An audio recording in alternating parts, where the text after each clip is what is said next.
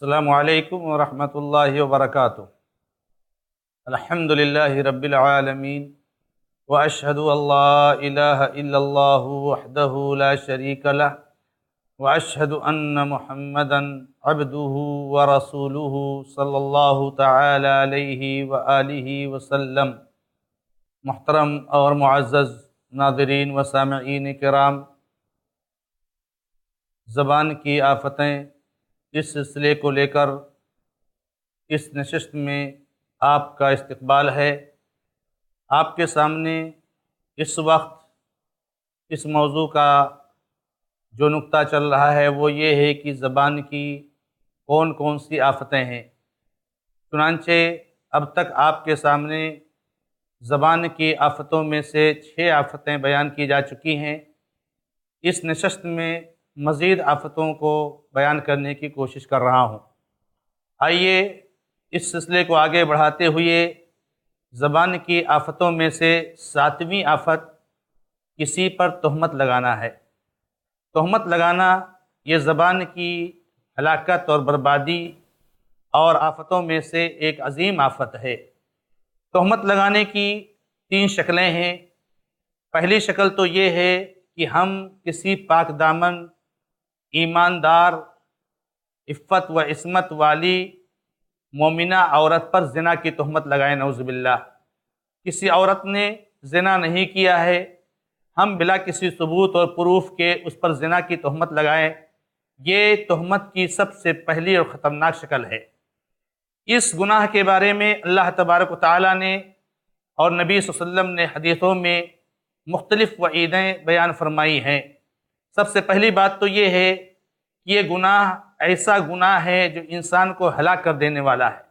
چنانچہ اللہ کے نبی علیہ السلام کی اس حدیث کو جو متفق علیہ ہے، اس میں اللہ کے نبی علیہ السلام فرماتے اجتنبوا السبع الموبقات، اے لوگو 7 ہلاک کر دینے والی چیزوں سے بچو۔ 7 میں سے اللہ کے نبی علیہ السلام نے ایک گناہ کا تذکرہ کرتے ہوئے فرمایا قذف المحصنات المؤمنات الغافلات، ایسی مومنہ پاک دامن اور برائی سے دور عورت پر تہمت لگاؤ، یہ بھی ہلاک کر دینے والے گناہوں میں سے ایک گناہ ہے۔ اسی طریقے سے یہ گناہ اتنا بڑا گناہ ہے کہ قرآن کریم نے ایسے شخص پر تہمت کی حد لگانے کا حکم دیا ہے۔ چنانچہ اللہ تبارک و تعالیٰ نے سورۃ النور میں ارشاد فرمایا، اما عائشہ رضی اللہ تعالیٰ عنہا کے ساتھ جو عفق کا واقعہ پیش آیا، اس کے تناظر میں اللہ تعالیٰ نے فرمایا والذین یرمون المحصنات ثم لم یأتوا بأربعة شہداء فاجلدوہم 80 جلدہ ولا تقبلوا لهم شہادة ابدا واولئک هم الفاسقون۔ ناظرین کرام، آپ غور کیجئے اس آیت مبارکہ پر کہ پاک دامن عورت پر تہمت لگانا کتنا بڑا گناہ ہے کہ اللہ تعالیٰ نے اس آیت مبارکہ میں 3 وعیدیں سنائی ہیں۔ ایک تو اللہ تعالیٰ نے یہ بیان فرمایا کہ جو لوگ کسی پاک دامن عورت پر تہمت لگاتے ہیں زنا کی اور پھر 4 گواہ نہیں پیش کر دیتے ہیں تو ان کو 80 کوڑے مارو۔ 80 کوڑے یہ تہمت کے کوڑے ہیں جو اس پر نافذ کیے جائیں گے۔ دوسری بات اللہ تبارک و تعالیٰ نے کیا بیان فرمائی کہ ان کی گواہی کبھی قبول نہ کرو، یعنی یہ گواہی دینے کے لائق نہیں رہ گئے۔ سارے معاملات میں جس میں مسلمانوں کی گواہی کی ضرورت ہوتی ہے، ان کی گواہی قبول نہیں کی جائے گی۔ تیسری بات اللہ تبارک و تعالیٰ نے کیا بیان فرمائی وَأُولَئِكَ هُمُ الْفَاسِقُونَ، کہ یہ لوگ فاسق ہیں۔ چنانچہ کسی مومنہ عورت پر زنا کی تہمت لگانا اتنا بڑا گناہ ہے کہ انسان اس سے فاسق ہو جاتا ہے، انسان گواہی دینے کے لائق نہیں رہ جاتا ہے، انسان کے اوپر 80 کوڑے مارے جائیں گے۔ اسی طریقے سے دنیا اور آخرت میں ایسے لوگوں پر اللہ تبارک و تعالیٰ نے لعنت بھیجی ہے۔ چنانچہ اللہ تعالیٰ نے سورۃ النور میں ہی ارشاد فرمایا ان الذین یرمون المحصنات الغافلات المؤمنات لعنوا فی الدنیا والآخرہ ولہم عذاب عظیم۔ اللہ تعالیٰ نے فرمایا بے شک جو لوگ پاک دامن مومنہ اور ہر قسم کی برائی سے دور، زناکاری سے دور خواتین پر، عورتوں پر تہمت لگاتے ہیں، ان پر لعنت بھیج دی گئی ہے، اللہ کی پھٹکار ہو گئی ہے دنیا میں بھی اور آخرت میں بھی، اور ان کے لیے بہت بڑا عذاب ہے۔ تو تہمت لگانے کی پہلی شکل یہ میں نے آپ کے سامنے بیان کی کہ پاک دامن مومنہ نیک عورت پر زنا کی تہمت لگانا۔ دوسری شکل تہمت لگانے کی، اپنا گناہ کسی کے سر پہ تھوپ دینا، یعنی آپ کوئی گناہ کرو، کوئی غلطی آپ نے کی ہے، چوری آپ نے کی ہے، کسی کو آپ نے مارا ہے، لیکن آپ اس کو کسی کے سر پر تھوپ دو اور کہو کہ فلاں نے چوری کی ہے یا فلاں نے جو ہے کیا نام ہے مارا ہے، تو یہ بھی جو ہے کیا نام ہے تہمت لگانا ہے۔ چنانچہ یہ بہت بڑا جرم ہے اور بہت بڑا گناہ ہے۔ اللہ تبارک و تعالی نے قرآن کریم میں سورۃ النساء میں ارشاد فرمایا وَمَن يَكْسِبْ خَطِيئَةً أَوْ إِثْمًا ثُمَّ يَرْمِ بِهِ بَرِيئًا فَقَدِ احْتَمَلَ بُهْتَانًا وَإِثْمًا مُبِينًا۔ جو آدمی کوئی گناہ کا کام کرے گا یا کوئی غلطی کرے گا پھر اس کو کسی دوسرے کے سر پر تھوپ دے گا تو بے شک اس نے بہت بڑا تہمت لگایا اور وہ اس نے کھلم کھلا گناہ کا ارتکاب کیا۔ اسی طریقے سے اللہ تعالیٰ نے فرمایا قرآن کریم میں وَالَّذِينَ يُؤْذُونَ الْمُؤْمِنِينَ وَالْمُؤْمِنَاتِ بِغَيْرِ مَا اكْتَسَبُوا فَقَدِ احْتَمَلُوا بُهْتَانًا وَإِثْمًا مُبِينًا۔ جو لوگ مومنوں کو تکلیف دیتے ہیں، پریشان کرتے ہیں بغیر ان کے کیے ہوئے اور ان کے کوئی عمل انجام دیے ہوئے، ایسے لوگوں نے بہت بڑا تہمت لگائی اور ایسے لوگ بہت بڑے گناہ کے مرتکب ہوئے۔ تو یہ دوسری شکل ہے کہ آدمی کوئی گناہ کرے، اس گناہ کو اس کے کسی کے سر پر تھوپ دے۔ تیسری شکل یہ ہے کہ کسی بے گناہ کو کسی گناہ کا ملزم ٹھہرانا، یعنی کوئی غلط کام ہوا ہے معاشرے میں، سماج میں، سوسائٹی میں، چوری ہوئی ہے، زناکاری ہوئی ہے، کسی نے کسی کا مرڈر کیا ہے، کسی نے کوئی اور غلط کام کیا ہے، فٹ سے آپ کسی کے بارے میں گمان کرنے لگیں، کسی کے بارے میں سوچنے لگیں یا کسی کے بارے میں کہنے لگے فلاں نے کام کیا ہوگا، یہ بھی تہمت ہے۔ اللہ کے نبی صلی اللہ علیہ وسلم بخاری اور مسلم کی روایت میں فرماتے ہیں ایاکم والظن فإن الظن اکذب الحدیث، اے لوگو گمان سے بچو کیونکہ گمان یہ بہت بڑا جھوٹ ہے۔ گمان سے بچو کیونکہ گمان بہت بڑا جھوٹ ہے۔ آپ کے پاس کیا پروف ہے کسی کو کسی غلط کام سے منسوب کرنے کے لیے؟ اسی طریقے سے اللہ تعالیٰ نے قرآن کریم میں بیان فرمایا یا ایھا الذین آمنوا اجتنبوا کثیرا من الظن ان بعض الظن اثم، اے لوگو بہت زیادہ گمان کرنے سے بچو، بے شک بعض گمان یہ گناہ ہوتا ہے۔ تو بدگمانی کی بنیاد پر کسی کو کسی گناہ کا مرتکب ٹھہرانا اور کسی کام کا مرتکب ٹھہرانا یہ بھی تہمت لگانا ہے۔ اسی طریقے سے آٹھویں شکل جھوٹ کی ہے جھوٹی گواہی دینا۔ جھوٹی گواہی دینا، کوئی معاملہ پیش آیا ہے، کوئی بات ہوئی ہے، کوئی حادثہ پیش آیا ہے، کسی دو آدمی کے بیچ میں کوئی تنازع چل رہا ہے، آپ کو اس کے بارے میں کوئی علم نہیں ہے مگر آپ جھوٹی گواہی دینے کے لیے تیار ہو جاؤ۔ کیوں؟ آپ کا دوست ہے، کیوں آپ کا خاندان کا ہے، کیوں آپ کے معاشرے کا ہے، کیوں آپ کے مذہب کا ہے، کیوں کہ آپ کا خیر خواہ ہے؟ نہیں میرے بھائیوں، آپ جھوٹی گواہی نہ دیں۔ جھوٹی گواہی بھی جھوٹ کی ایک شکل ہے۔ یہ جھوٹی گواہی اکبر الکبائر میں سے ہے۔ اللہ کے نبی علیہ السلام کی اس حدیث کو یاد کرو جسے امام بخاری رحمہ اللہ نے روایت فرمایا ہے۔ ابو بکر رضی اللہ عنہ روایت فرماتے ہیں کہ اللہ کے نبی علیہ السلام نے فرمایا کیا میں تم لوگوں کو سب سے بڑے گناہوں کے بارے میں نہ بتاؤں؟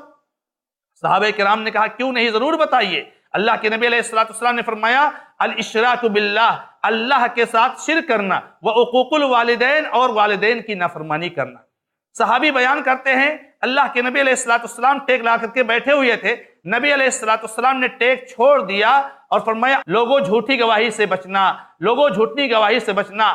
صحابہ بیان کرتے ہیں نبی صلی اللہ علیہ وسلم اس کو دہراتے رہے یہاں تک کہ ہم لوگوں نے سوچا کاش نبی صلی اللہ علیہ وسلم خاموش ہو جاتے۔ آپ سوچئے کہ اللہ کے نبی علیہ السلام نے اس گناہ کو بیان کرنے کے لیے ٹیک چھوڑ دیا اور اس کو برابر کنٹینیو دہراتے رہے۔ تو جھوٹی گواہی دینا یہ بہت بڑا گناہ ہے۔ اسی طریقے سے یہ جھوٹی گواہی دینا اللہ کے نیک بندوں کی صفت کے منافی ہے۔ اللہ تعالیٰ نے اس آیت مبارکہ میں بیان فرمایا کہ والذین لا یشہدون الزور، یعنی اللہ کے نیک بندے وہ لوگ ہیں جو جھوٹی گواہی نہیں دیتے۔ تو جھوٹی گواہی ناظرین کرام اور سامعین کرام یہ اہل ایمان اور اللہ کے نیک بندوں کی صفت کے منافی ہے۔ اسی طریقے سے جھوٹ کی شکلوں میں سے 9ویں شکل ہے جھوٹی قسم کھانا۔ آدمی قسم کھاتا ہے تو جھوٹ کبھی کبھی قسم کھاتا ہے، یہ جھوٹی قسم بھی جھوٹ کی شکلوں میں سے ایک شکل ہے۔ اور جھوٹی قسم کھانے کے بہت سے مقاصد ہوتے ہیں اور بہت سے حالات ہوتے ہیں اور بہت سے اس کے اوقات ہوتے ہیں اور اس کے مفادات ہوتے ہیں، ان کو میں الگ الگ ذکر کر رہا ہوں۔ تو انسان کبھی کبھی جھوٹی قسم اس لیے کھاتا ہے کہ کسی مسلمان کے مال کو ہڑپ کر جائے۔ مان لیجئے کہ کسی مسلمان کا مال آپ کے پاس آ گیا، قاضی کے پاس معاملہ پہنچا، قاضی نے اس آدمی سے کہا کہ دلیل لاؤ اور ثبوت لاؤ، گواہ لاؤ۔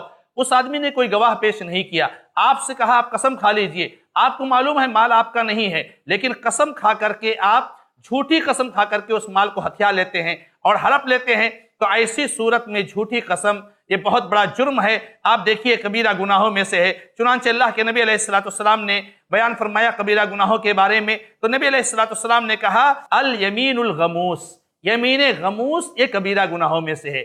یمین غموس کا جب تعارف نبی علیہ السلام سے پوچھا گیا تو فرمایا یہ وہ قسم ہے کہ جس میں کوئی آدمی قسم کھائے اور اس کے ذریعے سے کسی مسلمان بھائی کے مال کو ہڑپ لے، ہتھیا لے، یہ جھوٹی قسم ہے۔ اللہ کے نبی علیہ السلام نے اس کو کبیرہ گناہ میں شامل کیا ہے، اور اس حدیث کو امام بخاری رحمہ اللہ نے روایت فرمایا ہے۔ اسی طریقے سے ایسے شخص کے لیے اللہ کے نبی علیہ السلام نے بد دعا فرمائی ہے جو کسی مسلمان بھائی کا مال ہڑپ کرنے کے لیے، مسلمان بھائی کا حق مارنے کے لیے جھوٹی قسم کھائے، اللہ کے نبی صلی اللہ علیہ وسلم نے اس کے لیے بد دعا فرمائی ہے۔ چنانچہ نبی علیہ السلام نے فرمایا من اقتطع مال امرئ مسلم بیمین فلا بارک اللہ فیہا، جو کسی مسلمان بھائی کے مال کو قسم کے ذریعے سے ہڑپ لے، جو مسلمان بھائی کے مال کو قسم کے ذریعے سے ہتھیا لے، اللہ تعالیٰ اس کو اس میں برکت نہ دے۔ اس حدیث کو امام احمد رحمۃ اللہ علیہ نے اپنی مسند میں روایت فرمایا ہے۔ تو نبی علیہ السلام نے اس حدیث میں جھوٹی قسم کے ذریعے مسلمان بھائی کے مال کو ہڑپ کرنے والے کے لیے بد دعا کی ہے۔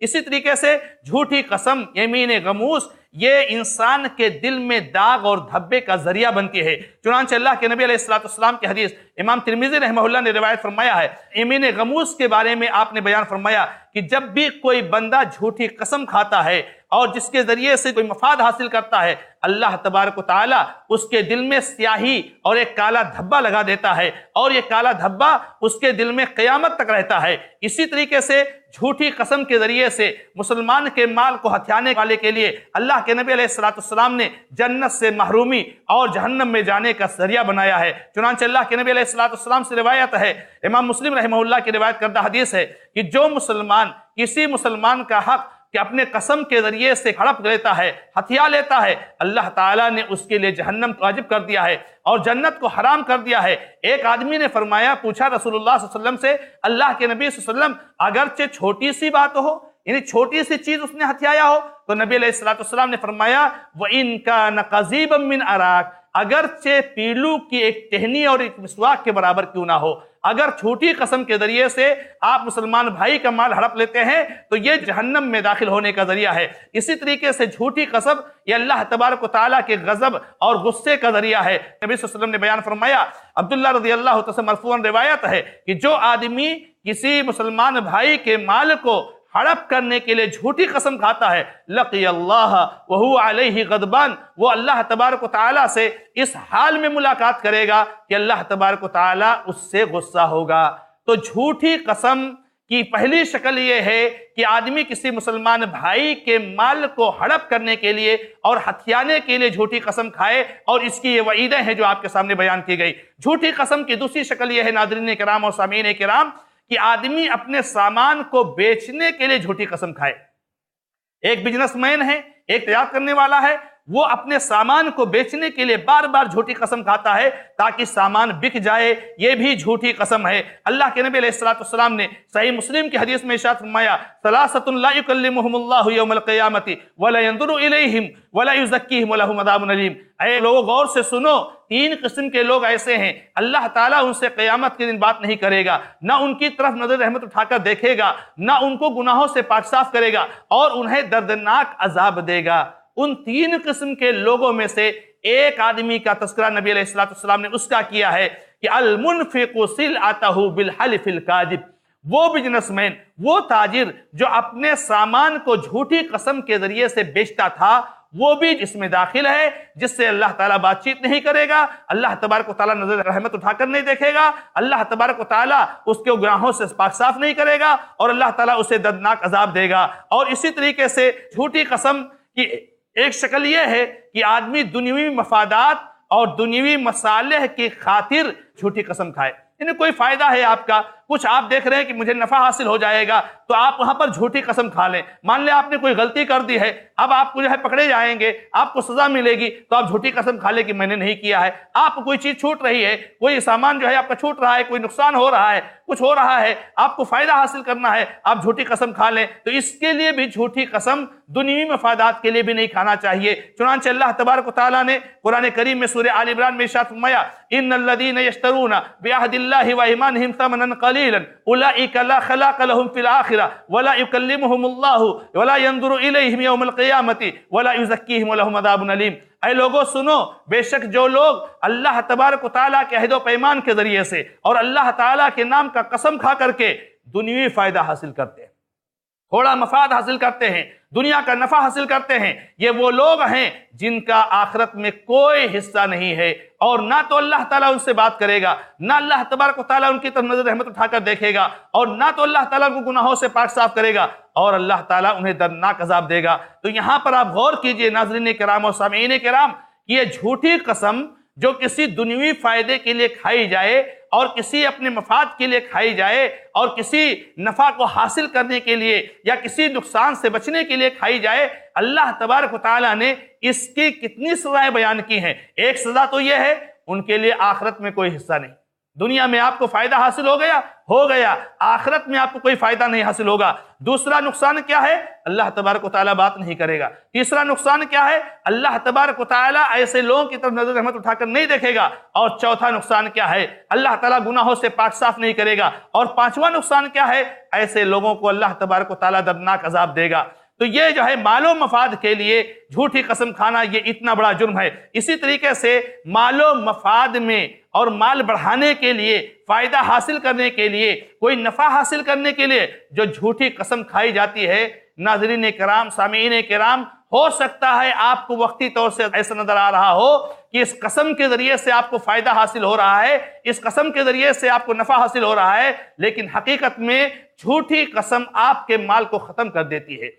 جھوٹی قسم آپ کی تجارت کو ختم کر دیتی ہے, جھوٹی قسم آپ کے بزنس کو ختم کر دیتی ہے. چنانچہ اللہ کے نبی علیہ السلام سے مروی ہے, عبدالرحمن بن عوف رضی اللہ تعالیٰ سے مروی ہے کہ نبی علیہ السلام نے فرمایا الیمین الفاجرۃ تذہب المال او تذہب بالمال. یہ حدیث صحیح ترغیب و ترہیب کی روایت کرتا ہے. اللہ کے نبی علیہ السلام فرماتے ہیں جھوٹی قسم یہ جو ہے مال کو ختم کر دیتی ہے, مال کو نست و نابود کر دیتی ہے, مال کو برباد کر دیتی ہے, مال آہستہ آہستہ ختم ہو جاتا ہے. تو اس طریقے سے جھوٹی قسم کا یہ نقصان ہے جس کے بارے میں آپ یہ سوچتے ہو کہ آپ فائدہ ہوتا ہے. تو یہ جھوٹی قسم کی شکلیں ہیں کہ آدمی جو ہے کوئی دنیاوی فائدہ حاصل کرنے کے لیے کھائے, آدمی جو ہے کسی بزنس اور تجارت کے موقع پر کھائے, اس طریقے سے آدمی کسی مسلمان کے مال کو ہڑپ کرنے کے لیے کھائے, اور یہ اس کی وعیدیں ہیں. اب جو ہے کیا نام ہے, اس کے بعد جھوٹی قسم میں عام جھوٹی قسم آتی ہے. یعنی عام جھوٹی قسم, آدمی جو ایسے کسی نے پوچھا کہ آپ گئے تھے, نہیں گیا تھا لیکن اللہ کی قسم میں گیا تھا,